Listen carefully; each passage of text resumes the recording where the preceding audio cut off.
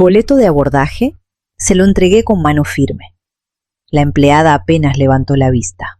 Que tenga un buen vuelo, asentí. Crucé la puerta de embarque y no volteé a ver atrás. El celular ya estaba en modo avión. La maleta ligera. Mi asiento junto a la ventana. Cuando se dieran cuenta de que me había ido, yo ya estaba a 9.000 metros sobre sus cabezas. No fue tan difícil, la verdad. En el aeropuerto ayudé a Marisol a abrir una bolsita de jugo para el pequeño. Raimundo estaba frente a la máquina de autoservicio, frunciendo el ceño como si estuviera resolviendo el problema de la deuda nacional. Citlali corría detrás del boleto de abordaje que su niña de 5 años había convertido en avioncito de papel. Yo era invisible a plena luz del día, y eso lo hizo más fácil. Voy al baño antes de seguridad, dije, subiéndome la bolsa al hombro. Va, nos vemos en la puerta, respondió Marisol sin mirarme mucho. Sonreí, ni mucho ni poco, y caminé. Pasé el Hudson News, pasé la puerta 12. Pasé a la familia con 3 carriolas y 2 correas para los chiquitos. Di vuelta a la derecha hacia la terminal C, donde el piso cambió de beige moteado a un azul profundo. El vuelo a Loreto no iba lleno. Casi todo eran parejas con botas de senderismo y sombreros de paja, hablando bajito y revisando sus itinerarios en el celular. Yo encajaba perfecto. Camisa de lino gris, pantalón cómodo, zapatos planos. Práctica, olvidable.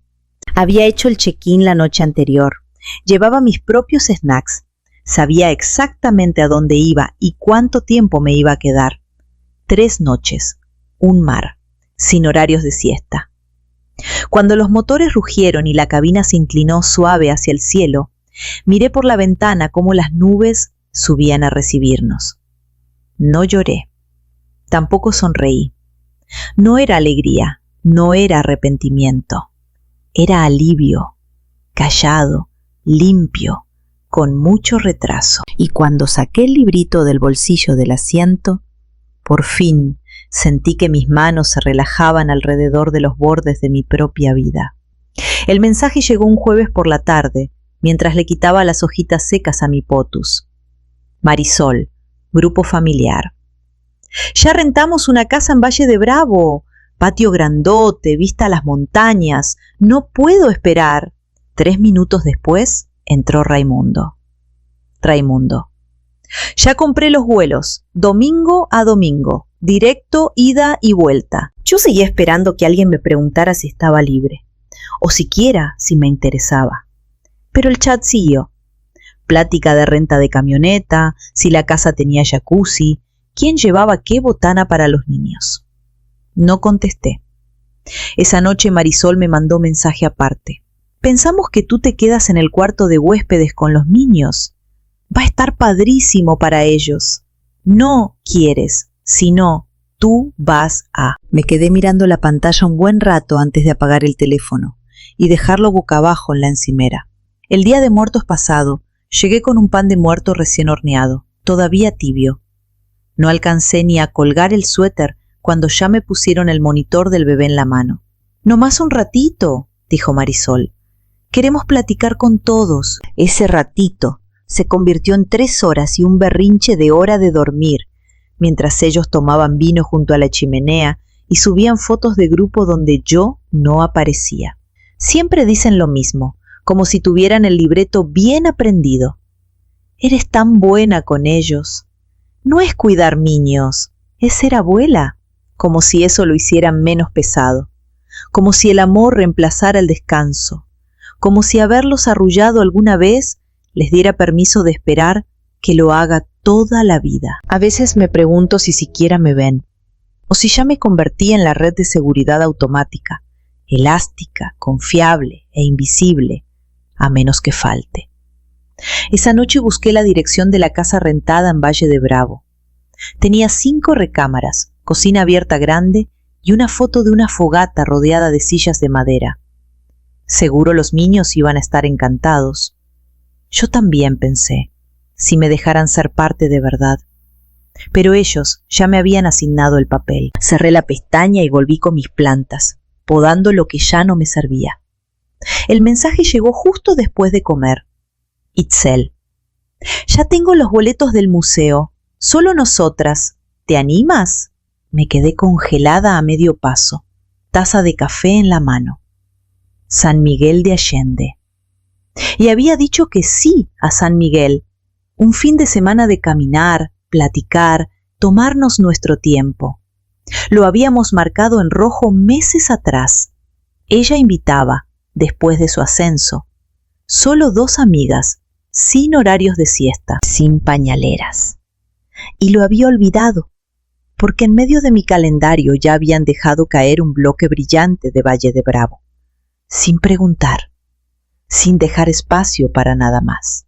Miré la pantalla, tratando de encontrar cómo decirlo, cómo explicar que no podía ir, no porque no quisiera, sino porque mi silencio ya lo habían convertido en consentimiento.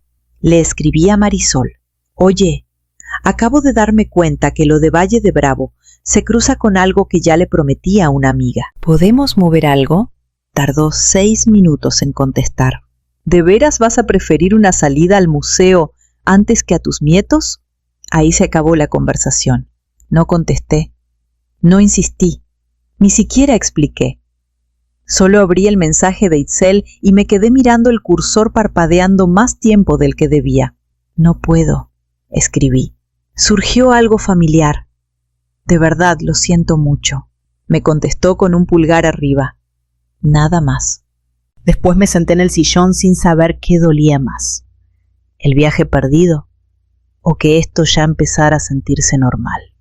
Era la segunda vez que le cancelaban el año. La tercera, si contábamos aquella cena que reprogramamos 2 veces antes de rendirnos. Miré la foto enmarcada en el estante. Itzel y yo en una caminata la primavera pasada, sonriendo con el pelo revuelto por el viento y los zapatos llenos de lodo. Esa versión de mí se sentía más lejos que las montañas de fondo. Afuera, el carillón de viento de algún vecino sonó suave. Puse el teléfono boca abajo y quité el timbre. Esa sería la última vez que cancelara por ellos. Esa noche no pude dormir. La casa estaba en silencio, sin mensajes, sin vibraciones, sin responsabilidades jalándome de las orillas. Y aún así me quedé ahí, con los ojos bien abiertos, mirando las aspas del ventilador del techo, contando las vueltas lentas como segundos que no iba a recuperar. Me levanté. Preparé un té que no terminé. Me senté en la mesa de la cocina a oscuras y abrí la laptop. Tecleé. Escapadas tranquilas cerca del mar. La mayoría de los anuncios eran iguales. Fotos brillantes, precios inflados. Ideal para familias en cada banner. Pero a la mitad de la segunda página encontré uno. Una casita sencilla en Puerto Escondido. Limpia, callada, a unos pasos de la playa. No tenía mucho. Paredes blancas, cortinas desgastadas, una hamaca afuera de la puerta. Se veía como un lugar que no pide nada. Di clic en el contacto. Una señora contestó al segundo tono. Voz clara, grave, cálida. Cambiaba del español al inglés sin esfuerzo. Me dio la dirección exacta. Me dijo que era tranquilo y seguro. Y confirmó que tenía una habitación libre para las fechas que necesitaba. No lo dudé. Lo reservé. 3 noches. Me agradeció y dijo que me iba a encantar la luz de la mañana sobre el agua. Cuando llegó la confirmación, la moví a una carpeta que no tocaba desde hacía meses. Comprobantes fiscales. No porque pensara deducirlo, sino porque ahí nadie mira nunca. Ni Raimundo, ni Marisol. Ni siquiera yo. Cerré la laptop con cuidado, como si sellara algo muy privado. Afuera, la luz del porche del vecino se apagó. La casa de enfrente quedó a oscuras. El silencio volvió a asentarse, pero esta vez no se sintió vacío. Se sintió como un comienzo.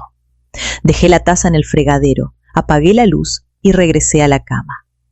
La maleta seguía en el closet, medio vacía desde el Día de Muertos. Me apunté mentalmente sacarla por la mañana. Se me escapó sin pensarlo. Esta semana voy a tener que comprar unas sandalias, dije, alcanzando el último bolillo de la canasta. Creo que voy a caminar bastante. Marisol levantó la vista al instante. ¿Cómo que caminar? ¿Ya estás planeando actividades para el viaje? Mantuve el tono ligero. No más pensé en salir un rato, nada del otro mundo. Con eso bastó. Raimundo se recargó en la silla, haciendo girar la copa de vino. ¿Podrías llevarte a los niños contigo? Nos das chance de descansar una mañana. Marisol sonrió como si ya estuviera todo arreglado. Les encantaría. ¿Qué tal después del desayuno, antes de la siesta? Y no te molesta ayudar con la hora de dormir también, ¿verdad? Así nosotros podemos salir un par de noches. No respondí de inmediato. Solo doblé la servilleta por la mitad y me quedé mirando el plato. El pollo asado ya frío y sin tocar. Fue como ver llegar la niebla, callada, suave y total. Un minuto antes me imaginaba una caminata lenta por la mañana con mi podcast y el sonido de las olas.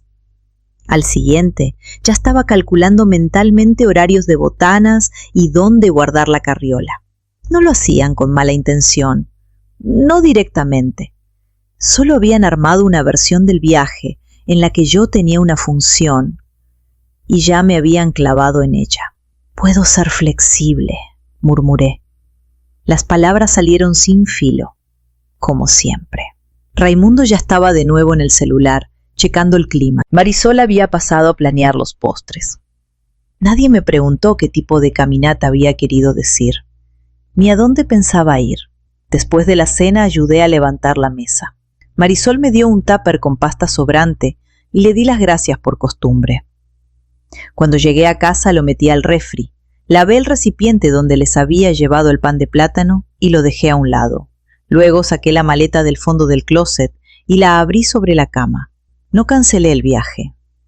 Lo blindé. Esa noche, después de cerrar la maleta a la mitad y esconderla detrás de la puerta del cuarto, abrí la laptop y busqué el correo de confirmación. Ahí estaba, sepultado en comprobantes fiscales, sin abrir desde la noche que lo reservé. Le di responder. Hola, solo preguntaba si hay tours de kayak o paseos en lancha pequeña cerca. Busco algo tranquilo, temprano por la mañana, nivel principiante. La respuesta llegó en menos de 20 minutos. Sí, señora. Mi vecino Miguel hace paseos al amanecer para los huéspedes. Agua calma, 2 horas. ¿Quiere que lo agregue a su reservación? Me quedé mirando el cursor un momento y luego escribí. Sí, por favor, suena perfecto. Cuando llegó el itinerario actualizado lo imprimí. Lo doblé 2 veces y lo metí entre pólizas viejas de seguro y cupones vencidos en el cajón de abajo del escritorio. No era exactamente esconderlo, solo mantenerlo mío. A la mañana siguiente tuvimos brunch en casa de Raimundo. Bagels, fruta, mucha plática. Sostuve mi taza de café con las 2 manos, sintiendo el calor de la cerámica en las palmas. Marisol se inclinó sobre la mesa. Leona, ¿estás bien con los niños por las tardes, verdad? Así Raimundo y yo podemos ir a esa ruta de vinos. Sonreí. ¡Claro! Siguieron con logística de carriolas y reglas de la alberca. Nadie preguntó si yo necesitaba algo. Nadie preguntó a dónde iba. No hubo ni una pausa para confirmar mis planes, porque ya daban por hecho que no tenía ninguno. Y tal vez ese era el truco. No decir nada, asentir con educación y dejar que sus suposiciones cargaran el peso de la mentira. Esa misma tarde metí bloqueador, un libro y unas sandalias impermeables en el bolsillo delantero de la maleta. Revisé el pasaporte por 3ª vez y volví a guardar la maleta en la esquina, cerrada y lista. 3 días más, pensé, y luego seremos solo yo y el mar. En el aeropuerto de la Ciudad de México me vestí para el papel. Ropa neutra, zapatos cómodos, mi suéter gris suave, sin estampados ni opiniones. Mantuve la cara tranquila, serena. Nadie sospechó nada. Avanzamos juntos por la terminal como un cardumen lento. Marisol limpiaba puré de manzana de la barbilla del bebé. Raimundo hacía malabares con boletos y bolsas de botanas. Citlali había ido por un café. Ayudé donde pude. Metí una cajita de jugo en el bolsillo lateral, até un zapato que se había desatado. Sonreí cuando me hablaban. No revisé el celular. No revisé mi puerta de embarque. «Los alcanzo en la puerta», dije cuando nos acercábamos a la fila de seguridad. «Nomás voy al baño primero». Marisol me despidió con la mano sin mirar. «Te guardamos lugar». Asentí y me fui. No rápido, no a escondidas, solo en la otra dirección. Bajé por las escaleras eléctricas, pasé la librería, rodeé la panadería con ese olor a canela que antes me encantaba en las escalas. Seguí las señales hacia la terminal C, donde la luz se volvía más tenue y la gente cambiaba. Menos familias, más sandalias, más silencio. En la puerta entregué mi boleto. La empleada lo escaneó sin decir palabra. «Que tenga un buen vuelo», dijo. Bajé por el Finger, encontré mi asiento junto a la ventana y guardé la maleta arriba. No fue hasta que la azafata empezó la demostración de seguridad que saqué el celular. Lo abrí, le eché un último vistazo a las notificaciones que no había leído y lo apagué. No modo avión. Apagado. El avión se alejó de la Manda y vi cómo la terminal se hacía pequeña detrás de nosotros. Me los imaginé esperando, mirando el reloj, revisando el baño, escaneando a la gente. Al principio estarían confundidos, tal vez preocupados, pero eventualmente entenderían lo mismo que yo había entendido, que no iba a llegar. Cuando despegamos, solté el aire despacio por la nariz. Los hombros se me bajaron, las manos se me relajaron. No me sentí triunfante, me sentí completa. A la mañana siguiente desperté con el canto de los pájaros y el golpeteo suave de las olas contra la orilla más allá del patio. La luz era distinta, más cálida, más lenta. No me apresuré a checar el teléfono. En vez de eso preparé un té. Lo llevé a la mesita chiquita afuera de mi cuarto. Lo tomé despacito, mientras veía cómo la curva de la costa se iba despertando. No fue hasta después del desayuno, fruta, pan tostado, nada sofisticado, que encendí el celular. La pantalla se iluminó como si hubiera estado conteniendo la respiración toda la noche. Primero Raimundo. ¿Estás hablando en serio? Estamos aquí parados con la carriola, Leona. Podrías habernos dicho algo, ¿no? Luego Marisol. ¡Arruinaste todo! Teníamos planes. Contábamos contigo. No puedo creer que le hagas esto a tu propia familia. Los mensajes de voz se apilaban uno encima del otro. 4 de Raimundo, 6 de Marisol, 1 de mi hermana en Guadalajara, que se sentía fuera de lugar, pero justo a tiempo para doler. Dejé que 2 se reprodujeran. La voz de Raimundo estaba cortante, controlada como se pone cuando está avergonzado y trata de no perder los estribos. La de Marisol era más fuerte. Se le quebró a la mitad del segundo mensaje. Los niños están muy tristes. ¿Ni siquiera te importa? Los borré todos. Luego los demás. No necesitaba cargar su pánico a este lugar. Lo sentía perfectamente sin tener que volver a escucharlo. Lo que más me pegó no fue la bronca, fue la ausencia.